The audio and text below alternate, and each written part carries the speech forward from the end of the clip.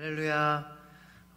오늘도 예배 자리에 나오신 여러분들을 축복합니다. 여러분들의 가정을 주님께서 사랑하시고 또 함께 하시는 줄로 믿으시기를 바랍니다. 하나님께서 함께 하시는 가정이기 때문에 잘 될 줄로 믿습니다.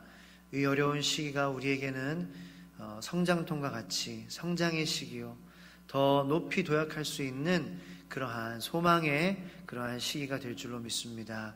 그것을 가능케 하시는 분은 주님 한 분뿐이십니다. 그러므로 우리가 각자의 자리에서 또 사회적 거리를 우리가 두며 열심히 기도하는 것에, 간절히 기도하는 것에 여러분들 언제라도 다시 시작하실 수 있지만, 지금 이 시간이, 지금 살아있는 이 시간이 참 그러한 기회의 축복의 시간이 아닌가 생각을 합니다. 언제라도 여러분들 돌아오면 하나님께서 받아주시지만, 또 우리가 내일 일 우리가 어떻게 일어날 줄 모르는 것이고, 그렇기 때문에 지금 이 순간 우리가 주님 앞에 나올 수 있는 그러한 은혜가 여러분들의 마음 가운데에 깨달음이 그리고 성령님의 역사하심이 있게 되기를 축복합니다. 그래서 여러분들이 기뻐지기를 축복합니다. 여러분들이 더 행복해지기를 축복합니다. 교회 소식 전하겠습니다. 일주일에 이제 요즘은 매일 또 월요일부터 토요일까지, 월요일부터 금요일은 6시, 토요일은 7시 새벽 기도를 하고 있습니다. 그래서 매일 본당을 소독을 해주시고요, 우리 성도님께서. 그리고 또 우리 방역당국의 도움으로 또 그 방역 업체에서도 나와서 그렇게 이제 이틀에 한 번씩 전체 소독을 하고 있습니다. 그래서 그런 부분 안전하고 또 잘 준비하면서 그렇게 하고 있다라는 거. 그래서 사회적 거리를 두고 우리가 간절히 기도하는 것을 멈추지 않았으면 좋겠습니다. 금요일은 파워 찬양 기도회 엊그제 금요일 저녁에도 은혜롭게 잘 마쳤습니다. 그래서 여러분들 또 언제라도 나오시고 함께 예배 드렸으면 좋겠습니다. 오늘부터 오늘 주일과 다음 주 주일 2주간에 걸쳐서 이제 코로나 때문에 이제 중간에 중단되었던 우리 새가족 멤버십 과정을 영상 강의를 통하여서 마무리를 하려고 합니다. 그래서 그 참여하시는 새가족 분들을 위해서 다 기도해 주시길 바라고요. 저희 교회의 정식으로 이제 멤버가 되고 또 지체가 되기 위해서 거쳐가야 되는 그러한 필수 첫 번째 과정이죠. 그리고 이제 앞으로도 이제 조만간 또 기초 성경 공부반 계획했던 대로 또 시작을 해야 되지 않을까라는 그러한 기도와 준비를 하고 있습니다.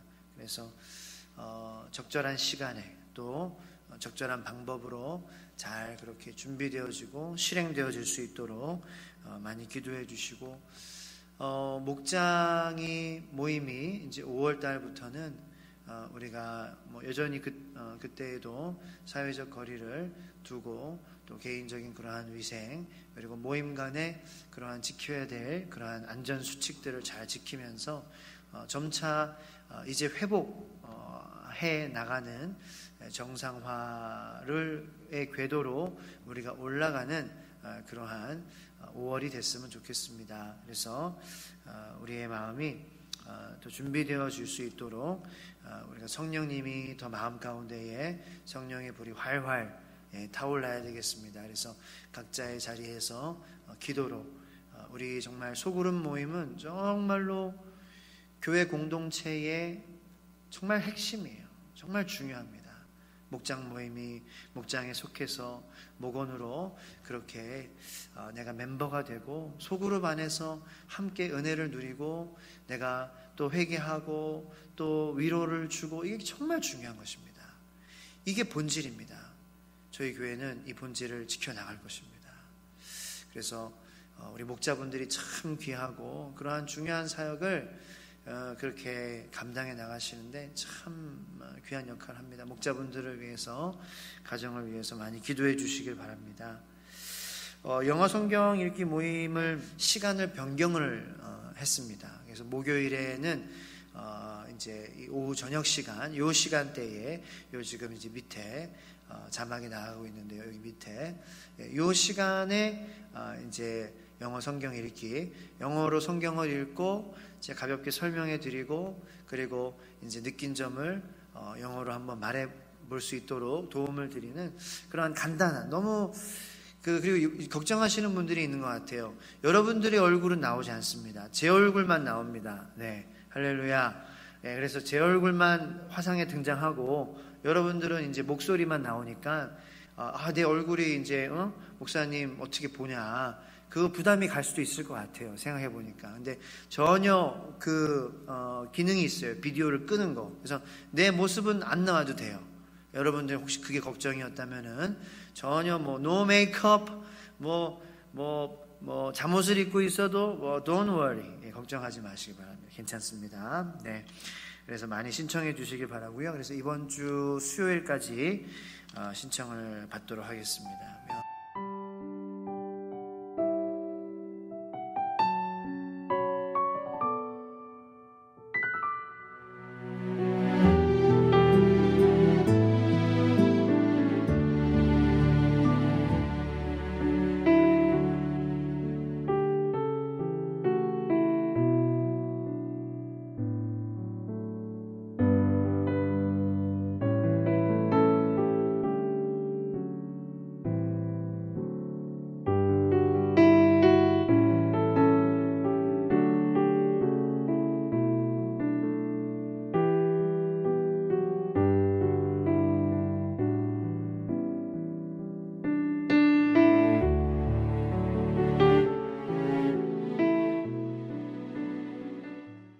우리 시간 드린 예물을 위해서, 말씀을 위해서 잠깐 기도하도록 하겠습니다. 맞다. 예, 영상으로 해도 이렇게 실수를 하는군요. 생일 맞으신 분들을 오늘부터는 영상으로 축하드리길 원합니다. 이번 주 생일자 류재철, 이경재, 손권, 정윤희, 최원우 우리 성도님들 생일 축하드립니다. 우리 박수로 축하하겠습니다. 여러분들의 생일이 참 귀합니다. 기도하겠습니다.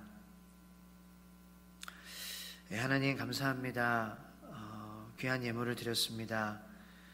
하나님 어려운 시기인데 마음을 드립니다. 주님, 우리 성도님들의 마음을, 귀한 마음을 주님께서 너무나도 기뻐 받으시는 줄로 믿습니다. 하나님, 성도님들의 마음이 더욱더 부유해지기 원합니다. 그리고 이 세상을 살면서도 큰 그러한 재정적인 걱정 가운데 살아가지 않도록 하나님께서 재정의 복을 더하여 주시옵소서. 하나님, 물론 우리가 걱정하지 않아도 우리를 먹이시고 우리를 살리시지만, 하나님, 우리 성도님들 그 주님의 긍휼과 은혜로 말미암아, 채워주심으로 말미암아 그 곳간이 차고 넘치게 하여 주시옵소서. 마음의 여유도 넘치게 하여 주시옵소서. 마음의 건강도, 육체의 건강도 넘치게 하여 주시옵소서. 자녀들도 지혜가 넘치고 총명이 넘치는 자녀들, 그리고 하나님을 사랑하는 사랑과 사람을 향한 긍휼한 마음이 넘치는 자녀들이 되게 하여 주시옵소서. 하나님, 생일 맞으신 분들을 축복합니다. 하나님, 참 생일이 귀합니다. 하나님께 주신 생명을 귀히 여기고 또 그 생명을 나보다도 더 귀하게 여기시는 주님을 우리가 귀하게 여기는 그러한 지혜로운 하나님의 자녀들이 되게 하여 주시옵소서. 부족한 종이 말씀을 전하오니 함께 하여 주시고 오직 주님의 말씀만 선포하게 하여 주시옵소서. 감사드립니다. 예수님의 이름으로 기도드립니다. 아멘. 네, 오늘 우리에게 주시는 하나님의 말씀은 누가복음 15장 11절부터 32절까지의 말씀인데요. 좀 길고 이제 우리가 잘 아는 이야기이므로 일단 읽는 것은 우리 17절부터 32절까지 읽도록 하겠습니다. 주님 감사합니다. 신약성경 122쪽입니다. 이에 스스로 돌이켜 이르되 내 아버지에게는 양식이 풍족한 품꾼이 얼마나 많은가. 나는 여기서 줄여 죽는구나. 내가 일어나 아버지께 가서 이르기를 아버지 내가 하늘과 아버지께 죄를 지었사오니 지금부터는 아버지의 아들이라 일컬음을 감당하지 못하겠나이다. 나를 품꾼의 하나로 보소서 하리라 하고 이에 일어나서 아버지께로 돌아가니라. 아직도 거리가 먼데 아버지가 그를 보고 측은히 여겨 달려가 목을 안고 입을 맞추니 아들이 이르되 아버지 내가 하늘과 아버지께 죄를 지었사오니 지금부터는 아버지의 아들이라 일컬음을 감당하지 못하겠나이다 하나 아버지는 종들에게 이르되 제일 좋은 옷을 내어다가 입히고 손에 가락지를 끼우고 발에 신을 신기라. 그리고 살찐 송아지를 끌어다가 잡으라. 우리가 먹고 즐기자. 이 내 아들은 죽었다가 다시 살아났으며 내가 잃었다가 다시 얻었노라 하니 그들이 즐거워하더라. 맏아들은 밭에 있다가 돌아와 집에 가까이 왔을 때에 풍악과 춤추는 소리를 듣고 한 종을 불러 이 무슨 일인가 물은데 대답하되 당신의 동생이 돌아왔음에 당신의 아버지가 건강한 그를 다시 맞아들이게 되므로 인하여 살찐 송아지를 잡았나이다 하니 그가 노하여 들어가고자 하지 아니하거늘 아버지가 나와서 권한대 아버지께 대답하여 이르되 내가 여러 해 아버지를 섬겨 명을 어김이 없거늘 내게는 염소 새끼라도 주어 나와 내 벗으로 즐기게 하신 일이 없더니 아버지의 살림을 창녀들과 함께 삼켜버린 이 아들이 돌아오매 이를 위하여 살찐 송아지를 잡으셨나이다. 아버지가 이르되 예 너는 항상 나와 함께 있으니 내 것이 다 네 것이로되 이 내 동생은 죽었다가 살아났으며 내가 잃었다가 얻었기로 우리가 즐거워하고 기뻐하는 것이 마땅하다 하니라. 아멘. 잃어버린 것을 찾았을 때에 대한 기쁨은 굉장히 큽니다. 전 TV를 많이 보진 않지만 그래도 뭐 TV를 이제 켜려고 할 때가 있잖아요. 그래서 TV를 켜려고 하는데 리모컨이 보이지 않을 때 어떤 분들 벌써 이 이야기가 시작되자마자 아 맞아 하면서 굉장히 공감하시는 분들이 계실 것 같습니다. 많이 답답하죠. 지금 막 내가 좋아하는 드라마 할 때가 됐는데 근데 지금 그 시간을 놓치는다고 생각을 하니까 굉장히 답답하고 초조해지고 막 화가 나기까지 하는 그러한 경우가 있는 것 같습니다. 그 리모컨을 잃어버렸을 때 다시 찾았을 때 그 기쁨 누려보셨죠? 비교하기는 조금 말도 안 되는 그러한 거겠지만 우리 자녀가 있으신 분들은 자녀들을 사람들이 많은 그러한 곳에서 복잡한 곳에서 잃어버리신 그런 부모님들 계실 수도 있을 것 같습니다. 몇 개월 전에 대형마트에 가서 이제 김봉영 목사가 애들을 데리고 이제 갔는데 둘째가 잠깐 시야에서 복잡한 사이에 몇 분간 사라졌다라는 거예요. 그래서 이제 이 아이가 갈 만한 곳에 갔겠지라고 그 정말 초조하고 거기 있을 거야. 근데 그 와중에 또 동시에는 어떡하지? 라는 그러한 걱정 가운데에 그런 경험이 있으신 분들은 공감하실 텐데 근데 거기에도 없었다라는 거예요. 그러니까 이제 나중에 몇 분 뒤에 결국에는 이제 찾았는데 이제 저희 둘째도 엄마가 없는 것을 알고 인지를 하고 막 이제 울면서 헤매기 시작해서 엇갈린 거예요, 동선이. 그래서 정말 다행히 그렇게 찾았을 때를 생각을 한번 해봤습니다. 정말 아이를 잃어버렸을 때 찾았을 때에는 세상에 어떠한 부자도 부럽지 않고 어떠한 그러한 내가 바랬던 모든 그러한 꿈들과 마음에 원했던 거 아무 상관이 없어요. 그냥 그 순간 아이를 다시 찾은 그 기쁨이 너무나도 큰 그러한 경험을 우리가 한 번쯤 그러한 일을 통해서 했었을 것입니다. 누가복음 15장에는 세 개의 비유가 등장합니다. 이 돌아온 탕자의 비유만이 등장하는 것이 아니라 그런데 흥미롭게도 이 세 가지 비유 모두가 잃어버렸다가 찾는 것에 대한 것입니다. 그리고 이 세 비유의 이야기의 끝의 결과는 그 찾은 결과 기뻐하고 즐거워하여 잔치까지 벌린다고 하는 것. 동일하게 세 가지 비유가 다 똑같다라는 것입니다. 그런데 오늘 본문 말씀을 읽으면서 이 처음 두 개의 비유를 올바로 이해하는 것이 이 마지막 세 번째 비유를 이해하는 것에 정말로 중요한 역할을 한다는 것을 깨달았고, 그리고 이 세 번째의 비유와 이 첫 번째, 두 번째의 이 처음 두 개의 비유는 조금 다르다는 것을 말씀을 묵상하면서 깨닫고 또 하나님께서 은혜를 주셨습니다. 그래서 오늘 새롭게 발견한 그러한 은혜를 나눌 때에 다시 한번 우리 하나님 아버지의 우리를 향한 마음,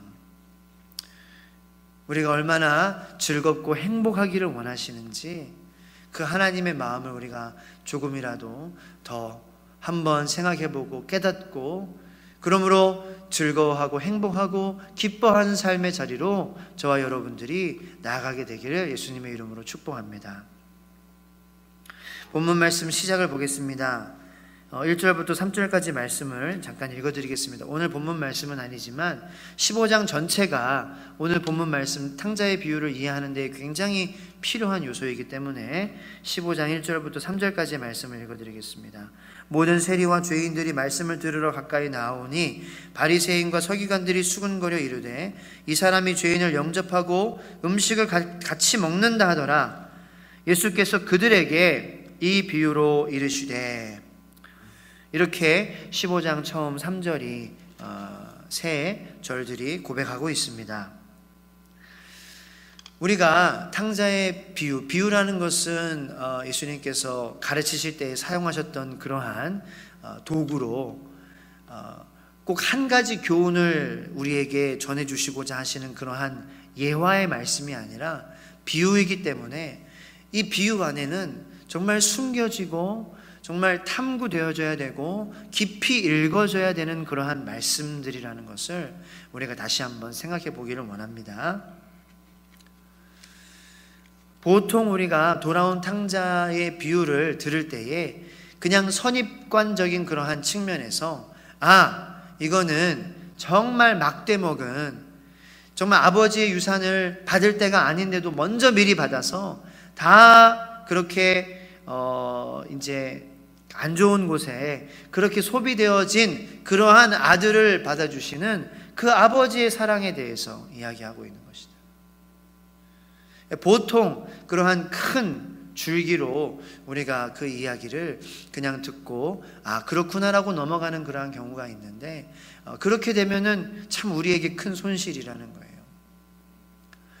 이 비유라는 것은 아버지의 사랑에 대해서도 우리에게 말씀하시는 것 분명합니다. 하지만 또 등장하는 작은 아들, 탕자로서 나오는 아들과 또 그러한 큰 아들의 이야기들과 마음들이 그 아버지의 마음들과 함께 공존하고 있기 때문에 우리가 언제 어디서 우리의 마음의 어떠한 상태이든지 항상 이 이야기로 우리는 우리의 마음을 새롭게 할 수 있다라는 것을 여러분들에게 다시 한번 말씀드리고 싶습니다. 그러기 위해서는 이 말씀이 이제 의도가 일단 누구에게 말씀한 것이냐, 이 비유가 예수님께서는 어떤 비유를 제자들에게 말씀하신 적도 있고, 그리고 또 바리새인과 서기관들에게 말씀하신 적도 있습니다. 오늘 이 15장에 나오는 세 가지의 비유들은 모두 다 세리와 죄인들에게도 하시는 말씀일 수도 있지만 주된 타겟은 바로 바리새인들과 서기관들이라는 것을 우리가 본문 말씀 15장의 시작 초반부를 통해서 알 수 있습니다. 예수님 지금 배경은 많은 죄인들이 예수님께로 나아가고 있다라는 거예요. 그리고 이제 같이 음식을 먹고 잔치를, 다시 말해서 파티를 예수님과 함께 죄인들이 그렇게 벌이고 있습니다. 잔치를 벌이고 있어요. 그런데 바리새인들과 서기관들은 그 예수님께서 수많은 죄인들과 함께 잔치를 벌이고 수많은 사람들이 예수님께 찾아오고 좋아해주고 예수님이 잔치의 주인으로서 그렇게 주목을 받는 그러한 모든 것이 지금 마땅치 않은 것을 우리가 본문 말씀을 통하여서 알 수 있다는 거죠. 2절에 바리새인과 서기관들이 수군거려 이르되, 수군거리는 거예요. 불평인 거예요. 불만인 거예요. 이 사람이 죄인을 영접하고 음식을 같이 먹는다 하더라. 죄인들이 많이 몰려가고 예수님께서 많은 그러한 관심을 받고 계시고 그리고 그 사람들과 잔치를 벌이시고 계시다는 것이 굉장히 마음 가운데에 힘들었다는 것입니다. 근데 왜 바리새인들과 서기관들은 왜 예수님께서 죄인들과 먹고 마시고 잔치하시는 것, 예수님께서 그 잔치에서 주목받으시고 많은 사람들이 예수님 앞으로 나아가는 것에 대해서 불편함을 느꼈을까요? 왜 그것이 불만일까요? 결국 그러한 불만이 커지고 커져서 이 불만이 결국 예수님을 죽이기까지 한 그 불만의 본질이 아니겠습니까? 결국 예수님을 시기하고 질투하고 못마땅해 하고 많은 사람들이 예수님께로 몰려가고 또 예수님들이 그러한 모든 잔치에 주목을 받는 그러한 주인공과 같은 그러한 분이시기에 이 바리새인들과 서기관들은 계속해서 예수님을 따라다니며 제자들을 따라다니며 딴지를 걸고 어떻게 하면 그 예수님을 그 있는 자리에서 내려오게 할까 끌어내리려는 그러한 안간힘을 썼다라는 거예요. 왜 그렇게 그게 불만이었을까요? 무엇이 그렇게 못마땅한 것이었을까요? 마태복음 23장 5절 말씀에 보면은 그들의 모든 행위를 사람에게 보이고자 하나니 곧 그 경문띠를 넓게 하며 옷수를 길게 하고 바리새인들은 자신들이 드러나는 것을 원했지 예수님께서 드러나시는 것을 원하지 않았습니다. 그게 바리새인들의 그러한 마음이었어요. 그래서 예수님께서 많은 죄인들이 예수님께로 몰려오는 것, 그리고 주님이 이제 많은 죄인들과 함께 먹고 마시고 그렇게 이슈가 되는 것이 굉장히 마음에 안 들었어요. 왜냐하면은 바리새인들은 자신들이 다른 사람들보다 월등하다라고 생각했어요. 왜? 자신들이 율법을 지키는 그러한 행위가 남들과도 다르기 때문에 우리는 율법을 아는 사람들이고 그리고 그것을 지키려고 하는 사람들이다라는 그러한 것에 사로잡혀 있어서 자신이 다른 사람들보다 엘리트다라는 그러한 이 월등주의, 자기 우월주의가 마음 가운데 있었습니다. 그래서 사람들이 물론 그렇다고 해서 바리새인들이 죄인들이랑 어울리고 먹고 마시고 할 사람은 아니에요. 사람들이 몰려오는 것은 좋아하지만 죄인들이 몰려오는 것은 좋아하지 않아요. 왜냐하면은 바리새인들이 규정 짓는 그러한 죄는 이 겉모습에 대한 것이 죄로 여겨지는 것이 그게 기준이라는 거예요. 겉모습으로 이 사람이 죄를 짓고 있는 것, 그것이 정말, 그래서 창녀나 세리나 그렇게 이 겉모습으로 죄를 짓는 사람들에 대해서 자기는 그러한 삶을 살고 있지 않다라는 그러한 마음을 갖고 있기 때문에 죄인이 아니다라는 그러한 의식에 사로잡혀서 살았던 사람이에요. 그래서 죄인들이 온다고 해도 사실 받아주진 않지만 그러한 많은 사람들의 주목은 받고 싶어 하고, 그러니까 이 마음이 굉장히 지금 막 복잡한 거죠. 굉장히 씁쓸한 거예요. 그렇다고 해서 죄인들을 받아주는 삶도 아닌데 예수님께서는 많은 죄인들과 함께 그렇게 먹고 마시니 얼마나 마음이 힘들었겠습니까? 그런데 예수님은 하나님의 나라는 바로 이런 자들의 것이다라고 말하는 거예요. 겉모습이 중요한 것이 아니라 내 겉모습에 내가 얼마나 의로운 일을 하고 착한 일을 하고 내가 규칙을 지키고 내가 도덕적으로 내가 월등하고 내가 종교적이고 그것이 아니라, 그것이 하나님의 나라에 들어가는 사람의 모습이 아니라 마음이 심령이 가난한 사람의 그 가난한 사람이 하나님의 나라에 들어가는 것이다. 그것이 산상수훈 아니겠습니까? 마태복음 5장부터 7장까지 나오는 마음에 집중을 해야 된다는 거예요. 마음과 태도가 물론 겉으로 나오는 것도 중요하죠. 마음하고 태도만 있다고 해서 또 이런 행위가 이제 그 마음에 정말 마음에 진정성이 있는 마음이라면, 진정성이 있는 그러한 태도라면 그에 따른 행위도 나오는 것이 마땅한 것이지만 그 순서가 바뀌면 안 된다는 거예요. 하나님의 나라는 내 마음과 내 태도가 정말로 진정히 주님을 바라보고 주님을 사랑하고 또 그에 따른 그 액션의 열매들이 저절로 맺히는 거겠죠, 당연히. 그러니까 조심스럽게, 제가 모르죠, 하나님만이 구원의 author예요. 글쓴이, 구원의 창조주예요. 그러므로 그 구원은 하나님 손에 달린 거예요.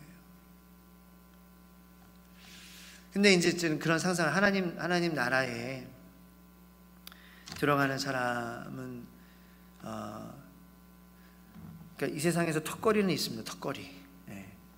60점이 딱 데드라인. 제가 저희 교회 소방안전관리자로 이름이 들어가 있는데 그것을 하기 위해서 소방안전관리 자격증을 따야 됐는데 60점이 데드라인인 거예요. 그래서 또 청주까지 가서 이렇게 일주일에 한 번씩 들었거든요. 수업을 듣고 굉장히 힘들었습니다. 그래서 이 개척, 이제 지금도 개척 시기지만 더 초기에 갔어요. 가가지고 이제 그냥 수업 듣겠습니까? 힘들어가지고 갔는데 이제 딴짓하고 이제 또 이제 컴퓨터로 설교 준비하고 막 이러고 있으니까 전혀 막 안 들어오죠. 그래서 시험을 봤는데 그냥 문제지 한 번만 보고 딱 그냥 했어요. 근데 문제가 어렵더라고요. 그래서 딱 이제 봤는데 나 안 되겠다 하고 딱 봤는데 60점 딱 나온 거예요. 데드라인. 주님 감사합니다. 그래서 덜도 말고 더도 말고 딱 60점만 되게 해주셔가지고 이게 하나님의 은혜로 된 거구나 라는 그러한 생각을 하게 해주셨군요. 그런 경험을 했어요. 근데 이제 이거는 조금 다른 얘기지만 하나님의 나라가 턱걸이로 들어갈 수 있는 그러한 나라냐, 저는 모르겠어요. 그럴 수도 있다라고 생각하시는 분들도 계시고 그렇지 않다고 생각하는 분들도 계실 거예요. 이게 뭔가 그냥 아주 최소한의 점수만 해서 통과가 되는 것이냐라는 거죠.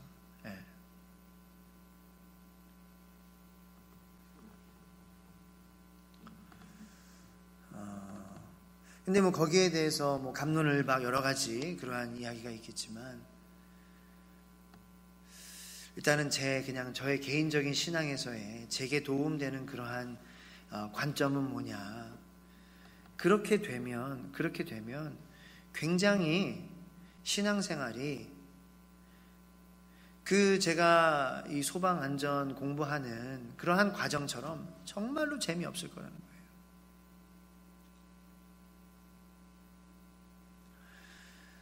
정말 하기 싫어서 해야 되고 가기 싫은데도 가야 되고, 그런데 그 최소한의 출석이 있어야 되니까 그 최소한의 그것을 만족시키기 위해서 해야 되는 나의 모습이 되기 때문에 굉장히 이 사역하는 게 지옥 같을 거예요. 근데 저는 제가 그러한 삶을 살지 않기를 원하고, 일단 첫 번째로 하나님이 나에게 그러한 삶을 살지 않기를 원하시고 하나님이 여러분들에게 그러한 불행한 삶을 살지 않기를 원하시는 하나님이신 줄로 믿습니다. 그것은 우리가 믿어요. 그죠? 하나님 우리가 행복하기를 원하세요. 이 세상에서 살아가는 것이, 우리가 신앙생활을 하나님을 믿으며 살아간다는 것이 그냥 천국에 가기 위한 그러한 최소한의 그러한 것들로만 충족하면서 산다고 한다면 굉장히 기쁘지 않고 힘들 것 같아요. 신앙생활을 우리가 하면서 그러한 관점으로 하지 않게 되기를 바랍니다. 그게 반기독교적이나 반성경적이 반예수님적인 그러한 생각은 아니니까 말이죠. 턱걸이로 들어가는 곳이냐 아니냐, 그것을 내가 규정하는 것은 아닙니다. 하지만 그러니까 저는 제 삶 속에서 고민한다는 거죠. 예수님을 믿는다는 것이 어떠한 삶이냐. 저는 100점을 맞는 것과도 같은 그러한 삶인 줄로 믿으시길 바랍니다. 사실 노력하고 행위가 없어도 하나님께서는 우리에게 100점을 주신 거예요. 그러므로 즐길 수 있다는 거죠.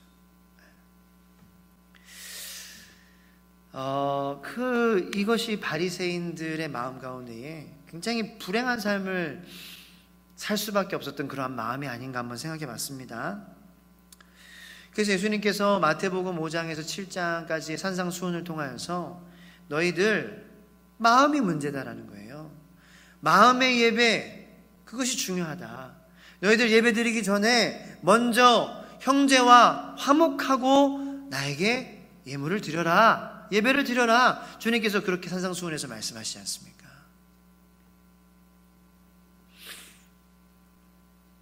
우리의 마음과 우리의 태도, 그리고 그 마음과 태도로 인한 우리의 모습이, 행동이 하나님께서 정말 기뻐하시는 예배지, 우리의 마음은 딴 곳에 가 있고 우리의 마음은 여전히 미워하고 저주하고 불만이고 불평하고 우울하고 슬퍼하고 있는 가운데에, 물론 그 모습 그대로 사랑하시지만 예수님께서 산상수훈에서 말씀하시는 그 말씀, 그러니까 예배가 먼저냐 아니면 마음 가운데에 내가 화목하고 화평한 것이 먼저냐, 그 마음의 예배가 먼저라는 것을 주님께서는 말씀하시고 계시다는 거죠.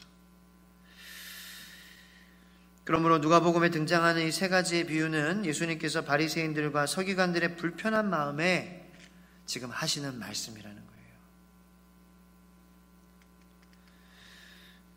첫 번째 비유는 여러분들 잘 아시다시피 99마리의 양이 있는데 목자가 잃은 양 한 마리를 찾아가는 거예요. 그리고 찾았다라는 것이고요. 두 번째 비유는 한 여인이 나옵니다. 그 여인이 집에서 그 10드라크마 중에서 잃어버린 한 드라크마를 찾으려고 집안을 다 뒤집어 엎어 결국에는 찾고 기뻐했다라는 것을 이야기하고 있고요. 세 번째 비유가 돌아온 탕자의 비유입니다. 자, 그런데 그런 이 세 가지 비유들을 잘 보니까 첫 번째 비유와 두 번째 비유가 굉장히 흡사하다는 것을 발견했다라는 거예요. 세 번째 비유와는 조금 다릅니다. 첫 번째, 두 번째 비유는. 자, 일단은 첫 번째 비유와 이 두 번째 비유를 읽을 때에 좀 이해되지 않은 그러한 부분들이 생겼다라는 거예요. 우리가 보통 이 비유를 읽으면서 정말 하나님의 그러한 잃은 양을 찾았을 때에 기뻐하시는 마음, 그렇게 하나님께서 한 사람이 회개하고 죄인이 돌아오면은 기뻐하신다, 우리가 그러한 말씀을 들었잖아요. 그런데 이 말씀을 묵상하면서 다소 이해가 가지 않은 그러한 부분이 생겼습니다. 그냥 제 상상 속이지만 여기 본문 말씀에 이제 첫 번째 비유에 보니까 양 한 마리, 잃은 한 마리를 잃어버린 양 한 마리를 찾기 위해서 99마리를 들에 두고 그 잃은 것을 찾아내기까지 찾아다니지 아니하겠느냐. 여기서 그냥 제 이제 상상력을 발휘해 보는 거예요. 우리가 성경을 읽을 때에. 아니, 그러면 예수님 이 99마리를 들에다가 두고 그 잃은 한 마리를 찾으러 갔을 때에 만약에 맹수들이나 그러한 이제 도둑들이 와가지고 그 99마리의 양을 해치면은 이건 어떻게 되는 것입니까? 이 목자로서 이게 바른 그러한 행동입니까? 라는 그러한 질문이 마음 가운데 들었다라는 거죠. 그러니까 물론 그 목자가 잃은 양을 찾아서 어깨에 메고 기뻐하는 거, 이거 이해합니다. 이거 예수님께서 말씀하시잖아요. 그러니까 두 가지 비유도 다 예수님께서 이것이 죄인 한 명이 회개했을 때에 하늘에서 기뻐하는 그러한 기뻐하는 것은 더할 것이다, 이렇게 각 비유마다 말씀을 하시거든요. 그러니까 그 말씀 이해가 가요. 그 목자가 그 잃어버린 양 한 마리를 찾았을 때 어깨에 메고 기뻐하는 것은 이해가 된다라는 거예요. 그런데 솔직하게 말씀드리면 이해되지 않는 부분은 그 99마리를 들에다가 두고 간다라는 거죠.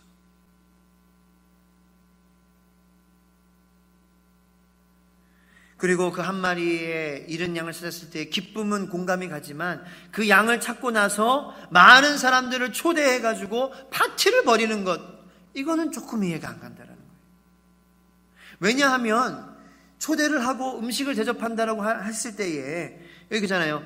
6절에 보면 집에 와서 그 벗과 이웃을 불러 모으고 말하 나와 함께 즐기자라는 것은 같이 먹고 마시자라는 그러한 뜻이 포함이 되어 있습니다. 그런데 먹고 마시기 위해서 이웃들이 벗들이 많은 사람들이 오면은 음식을 줘야 되잖아요.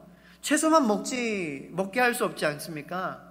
실제로 유대 문화에서도 양고기를 먹고 그렇게 고기를 먹잖아요. 그런데 그 고기를 대접하기 위해서 한 마리의 어린 양을 찾은 그것에 대한 기쁨으로 5마리의 양을 잡을 수도 있는 그러한 상황이라는 거예요. 그런데 두 번째 비유도 동일한 구조입니다. 이 한 드라크마라는 것은 하루의 일당을 얘기하는 거거든요.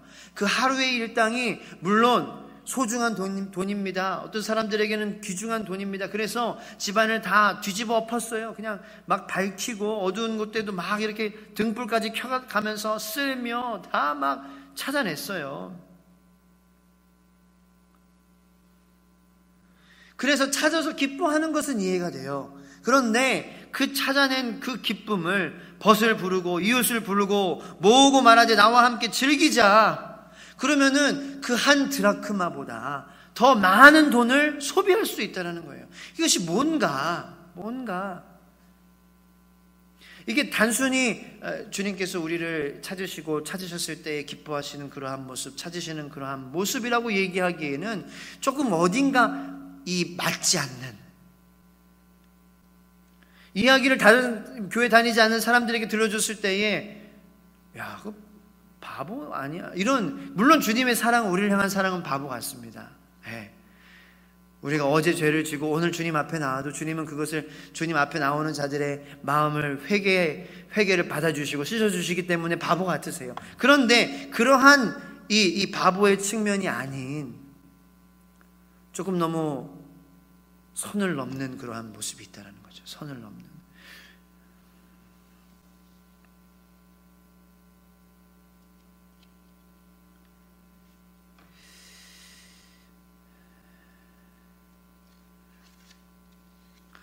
그래서 우리가 이 두 비유를 봤을 때 이 두 비유는 한 쌍이라는 것을 알 수 있어요. 원어 성경에도 이 두 비유의 사이에 그 두 이야기를 잇는 이 접속구가 등장을 하는데 영어로는 or suppose 한 이야기를 말씀하시고 그 다음에 그 이제 99마리의 양 그리고 이제 한 마리 잃은 양 이야기가 끝나시고 그 or 그러면 suppose 이렇게 또 이야기를 해주시는 거예요. 그럼 한번 가정해봐라 라고 말씀해 주시는 거죠. 그래서 같은 의미를 갖고 있는 또 다른 이야기를 하고 계시기 때문에 이 두 비유는 한 쌍이다라는 것을 알 수 있어요. 그래서 자 결과적으로 오늘 설교가 조금 난해합니다. 자, 죄보다는 잃어버렸다라는 것을 강조해요. 잃어버렸다라는 거. 두 이야기가. 그리고 주인이 먼저 나서기 시작합니다. 이 두 이야기에서는. 그리고 주인이 부질없고 끈질기게 찾습니다. 그리고 이 두 이야기에서 목자와 여인들 둘 다 그 자신의 기쁨을 같이 초대한 사람들도 함께 나누길 원해요. 기뻐해 주길 바래요. 그리고 잃어버린 것을 찾았을 때 그 기쁨이 한 죄인이 구원하여 기뻐하는 이 천국의 기쁨은 더 클 것이다 라고 주님께서 말씀하시는 것도 똑같고요. 그렇지만 두 이야기에서 잃어버린 것은 우리가 엄격히 말하면은 사람이 아니라 물건이라는 거예요. 그리고 사람이 그 물건을 찾는 이야기이라는 것을 우리가 알 수 있다는 것입니다.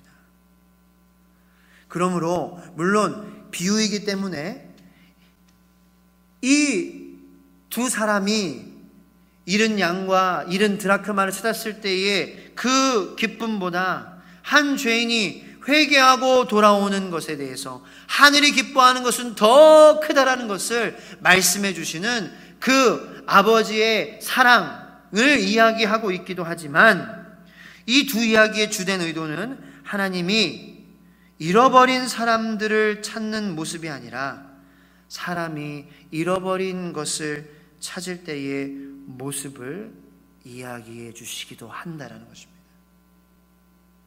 다시 한번 말씀드리겠습니다. 이 두 이야기의 주된 의도는요, 사람이 잃어버린 것을 찾고 있는 모습을 이야기해 주시고 계시다라는 거죠. 왜냐, 15장의 초반에 보면은 4절에 비유를 시작하실 때 너희 중에 말씀하세요. 너희 중에 이러한 일을 겪고 이러한 일을 당한 사람이 있으면은 이렇게 하지 않겠느냐라고 사람의 반응에 대해서 말씀하고 계시지, 하나님의 응답, 하나님의 반응에 대해서 말씀하시는 게 아니라는 거예요.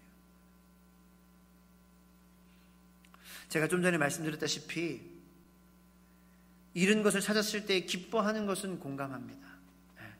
그리고 하나님이 우리를 찾을 때에, 잃어버린 영혼을 찾을 때에 이 사람들이 기뻐하는 것보다 더 기뻐하시는 것 공감합니다. 그렇습니다. 맞습니다. 하지만 이 두 사람들, 목자와 이 여인의 모습에서는 뭔가 예수님의 모습이라고 말하기에는 조금 이상한 점이 있다는 거예요. 그것이 무엇이냐? 하나님께서도 물론 우리를 기뻐하시지만, 바보같이 사랑하시지만, 그러한 결과를 사실은 계산하지 않으시고 하나님께서 사랑하시지만, 분에 넘치는 사랑을 주시는 하나님이시지만 선을 넘진 않으십니다. 선을 넘진 않으세요.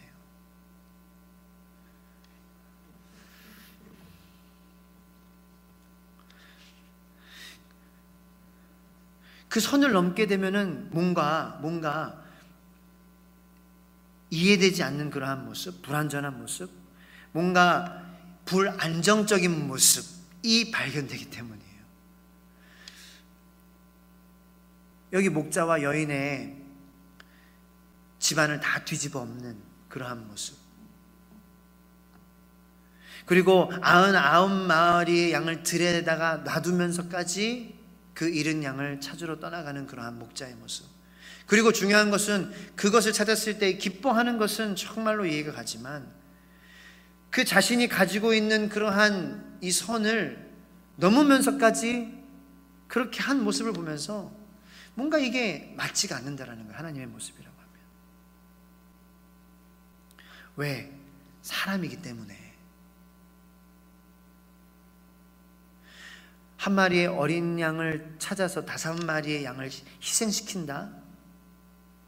사람들에게 먹이기 위해서. 한 드라크마를 찾기 위해서 5 드라크마를 소비한다?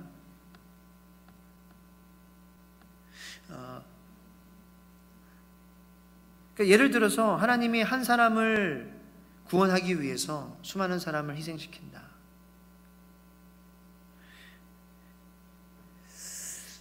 글쎄요, 저는 아니라고 생각을 해요. 개인적으로 아니라고. 성경적인 관점에서도 그건 아니라고 생각을 해요.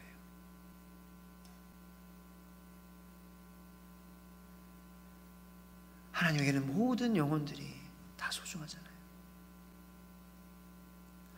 그런데 그 모습이 아니라는 거죠. 이 목자와 여인은. 그래서 도를 넘는다는 거예요. 그 선을 넘는다는 거예요. 저는 여러분들에게 이게 이해가 되기를 바랍니다. 하나님이 우리를 선을 넘어서 사랑하지 않는다, 이렇게 생각하지 마시기 바랍니다. 선 넘으시죠. 선 넘으시죠. 도에 지나친 사랑이죠.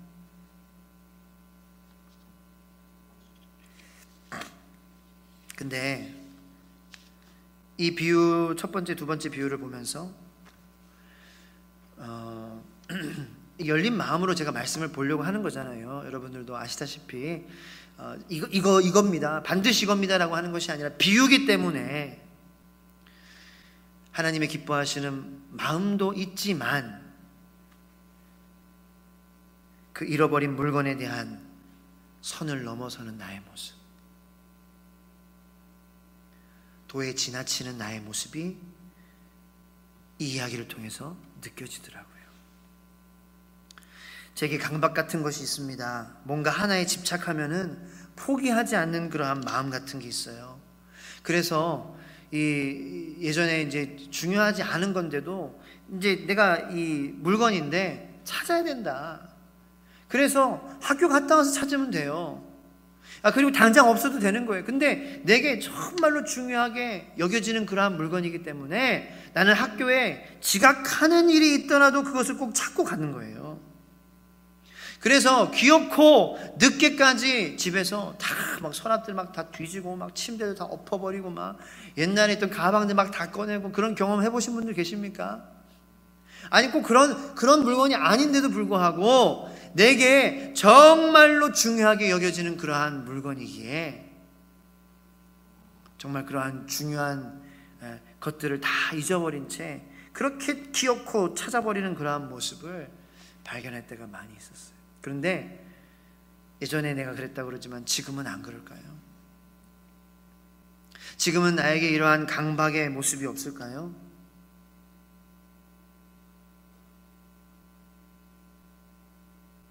정말 중요한 것, 정말 가치 있는 것, 정말 내가 돌아봐야 될 것들을 다 돌아보지 않고 뒤집어 엎고 다 아프게 하고 다 망쳐버리고 다 포기하는 그 순간까지 내가 찾아야 되겠다. 내가 그것을 귀엽고 찾아야 돼. 내가 그것을 발견해야 돼. 내가 그것을 얻어내야 돼. 내가 그것을 획득해야 돼라는 그러한 마음이 지금 나에게 없는 걸까요? 있습니다. 여러분들에게 고백합니다. 시시때때로 지금도 제 마음 가운데에 그러한 마음이 들어와서 정말 사랑해야 될 자녀들을 사랑하지 못하고 사랑해야 될 성도들을 사랑하지 못하고 사랑해야 될 하나님을 사랑하지 못하고 모든 것을 다 이 모든 사랑해야 될 것들을 다 뒤집어 엎기까지 그 내가 소중하게 생각하는 그 물건을 찾는 데에 강박되어 있는 집중되어 있는 나의 모습을 발견할 때가 너무나도 많다는 거예요.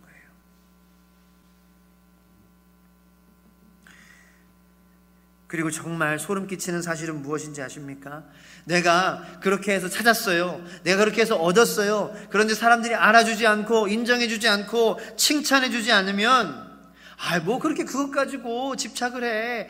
그렇게 살지 마. 그러지 말어. 그럼 피곤해. 라고 얘기하면은 굉장히 마음이 확 돌아서는 것을 느낀다는 거예요. 제 마음이. 세 번째 탕자의 비유에서 이 큰아들, 집에 있었던 아들이 마음이 아팠을 때에 아버지가 그 소식을 듣고 그 아들에게도 가잖아요. 자, 그 아들에게 이렇게 이야기합니다.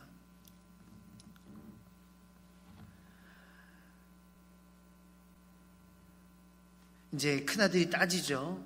아버지, 자, 27절부터 대답하되 28절 그가 노하여 들어가고자 하지 아니하거늘 아버지가 나와서 권한대. 자, 지금 파티는 열렸어요. 축제는 열렸어요. 그런데 그 큰아들은 들어가지 않고 노해 있다는 거예요. 저는 여러분들의 마음이 그렇게 되지 않게 되기를 축복합니다. 사실 이 돌아온 탕자의 이 메인 캐릭터라는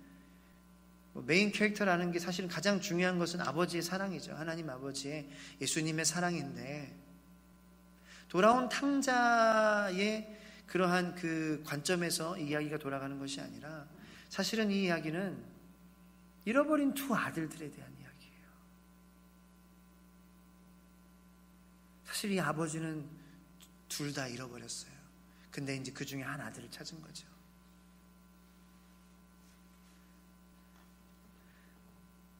왜 노했을까요? 왜 기분이 나빠졌을까요? 왜 들어가고 싶지 않았을까요? 29절 말씀에 아버지께 대답하여 이르되 내가 여러 해 아버지를 섬겨 명을 어김이 없거늘 내게는 염소 새끼라도 주어 나와 내 벗으로 즐기게 하신 일이 없더니. 30절 아버지의 살림을 창녀들과 함께 삼켜버린 이 아들이 돌아오매 이를 위하여 살찐 송아지를 잡으셨나이다. 이렇게 아버지에게 얘기합니다.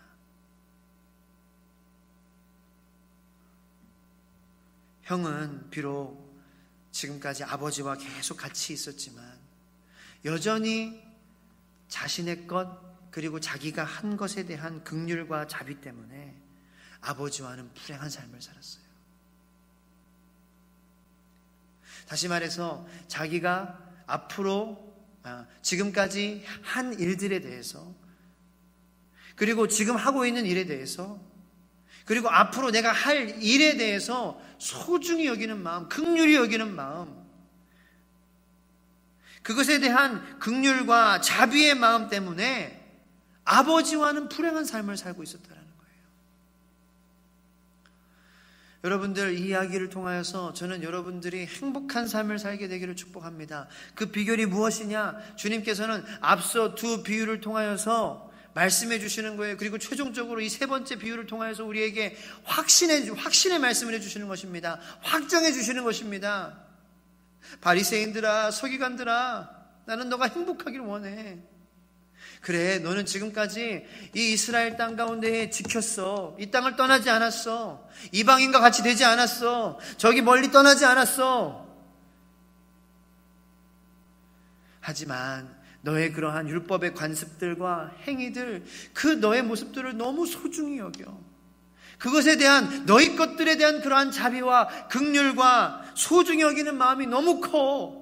그래서 99마리의 양을 다 포기하고 그렇게 71마리의 양을 찾고자 하는 그러한 선을 넘는 그러한 것이 너희들의 모습이야. 알아? 물론 하늘에서는 너희가 그 한 가지의 물건을 이런 것을 찾았을 때의 그 기쁨보다 더 하늘에서는 더 기뻐해. 영원히 돌아오면. 그런데 너희들은 그 한 양을, 잃은 양을 찾았을 때 5마리의 양을 희생하기까지 잔치를 베풀고자 하고 사람들을 불러서 내가 이렇게 찾았습니다. 내가 나를 주목해 주세요. 나를 그렇게 높여주세요. 나를 인정해 주세요 하는 그 마음이 너무 크다고. 근데 그러면 나랑 불행해. 이 첫 번째 아들과 같이 너희가 되지를 않기를 원한다. 이것이 주님이 우리에게 말씀하시는 그 말씀이 아닐까 합니다.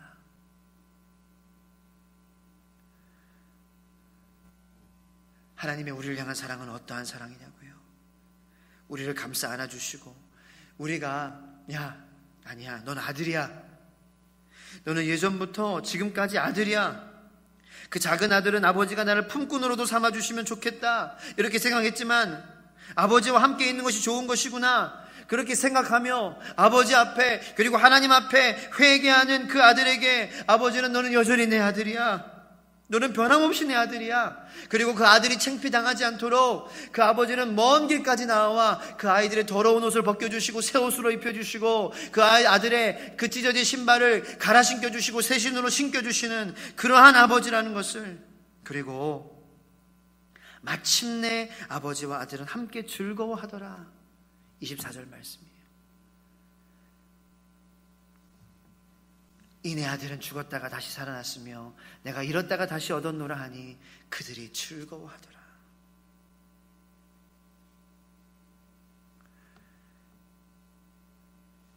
우리가 우리의 것을 소중히 여기고 내 것에 대한 긍휼과 자비를 조금 내려놓고 하나님과 함께 그냥 교제하고 있는 것에 대해서 그것을 가장 큰 선물로 여기고 가장 소중한 것으로 여기고 그렇게 여기는 그러한 삶이 내가 아버지와 함께 먹고 즐길 수 있는 그러한 삶이라는 것을 주님께서는 이야기를 통해서 우리에게 말씀하시며 그 즐길 수 있는 삶으로 우리를 초대하시고 있다라는 것을 저는 여러분들이 깨닫게 되기를, 그리고 그 초대에 응답하는 여러분들이 되기를 예수님의 이름으로 축복합니다. 내 것에 대한 소중함, 자비긍휼 다 포기하라는 게 아니잖아요. 그죠?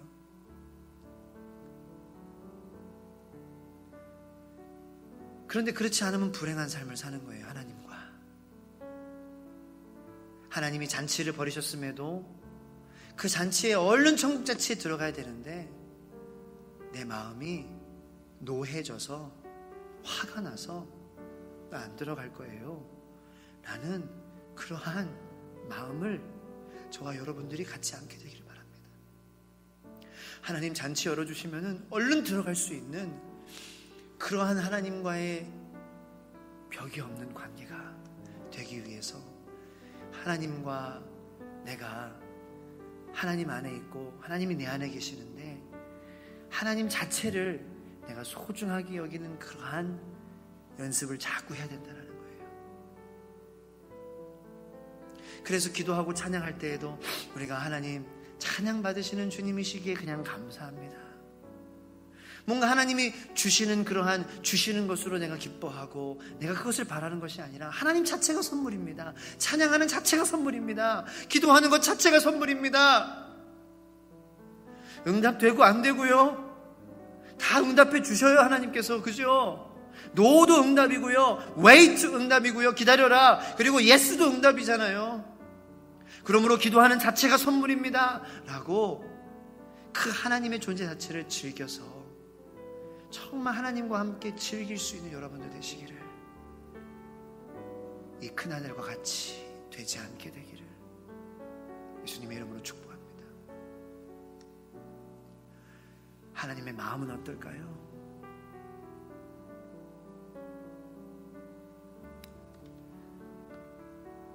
제가 어젯밤에 꿈을 꿨습니다.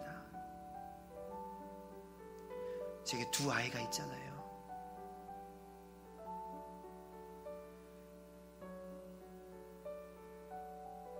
한 아이를 구하고 다른 아이를 구하지 못했을 때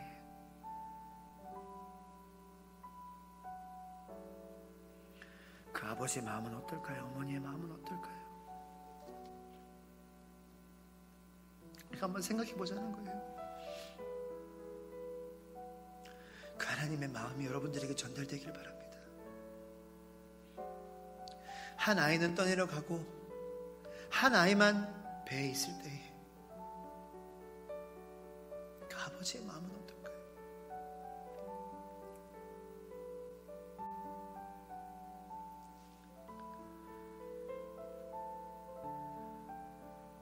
그래서 돌아온 탕자는 사실 예수님의 첫째 아들을 향한 쓰라린 아픔, 가슴 찢어지는 아픔의 이야기라는 거예요.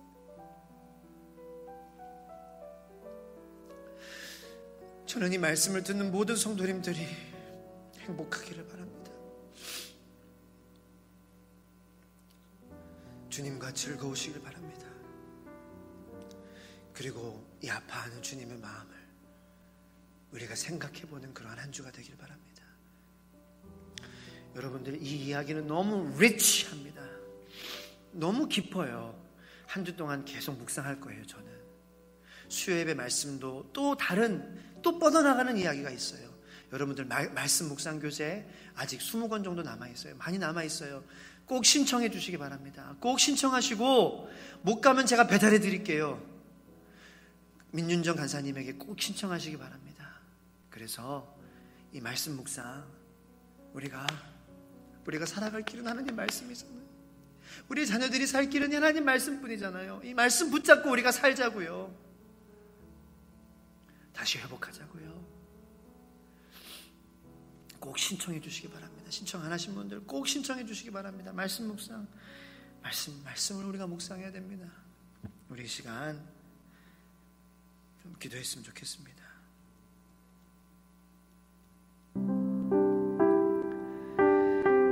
들은 말씀을 생각하면서 하나님, 내 마음이 어떤 마음입니까?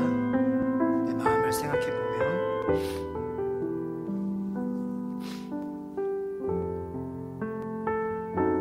그러한 처자들과 같은 그러한 마음이 아니었는지 주님 생각합니다. 돌아봅니다. 그런 주님이 나를 보시고 어떠한 마음이실까? 하나님, 내가 한번 생각해 보기를 원합니다. 그리고 이번 한 주 정말 왜 특별한 날이 아닙니까? 주님 안에서는 everyday, 매일이 is my birthday, 나의 생일입니다. 매일 다시 태어날 수 있습니다. 왜 특별한 한 주가 될 수 없습니까?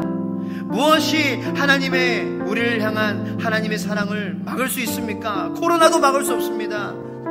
그것이 로마서 8장의 이야기 아니겠습니까?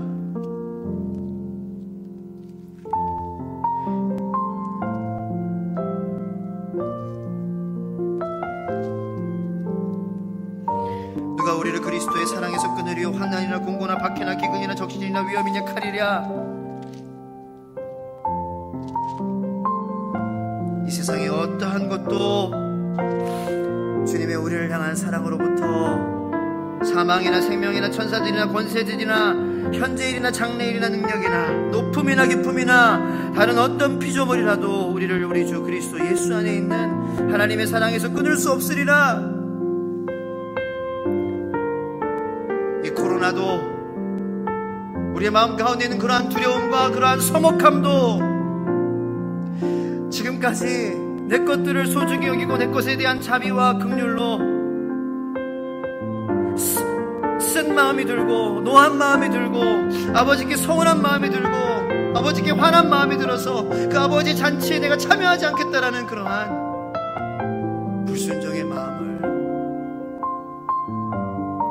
가지고 있던 그러한 저희들이지만 그러한 저희들의 죄까지도 하나님의 사랑을 막을 수 없습니다. 하나님, 이 시간 우리가 말씀으로 특별한 한 주, 특별한 하루를 보내게 하여 주시옵소서. 주님과 함께 즐기고 이제 함께 주님과 함께 행복하게 잔치에 참여하며 이제 정말 즐길 수 있도록 우리 마음 가운데 은혜를 부어 주시옵소서. 예수님의 이름으로 기도합니다. 아멘.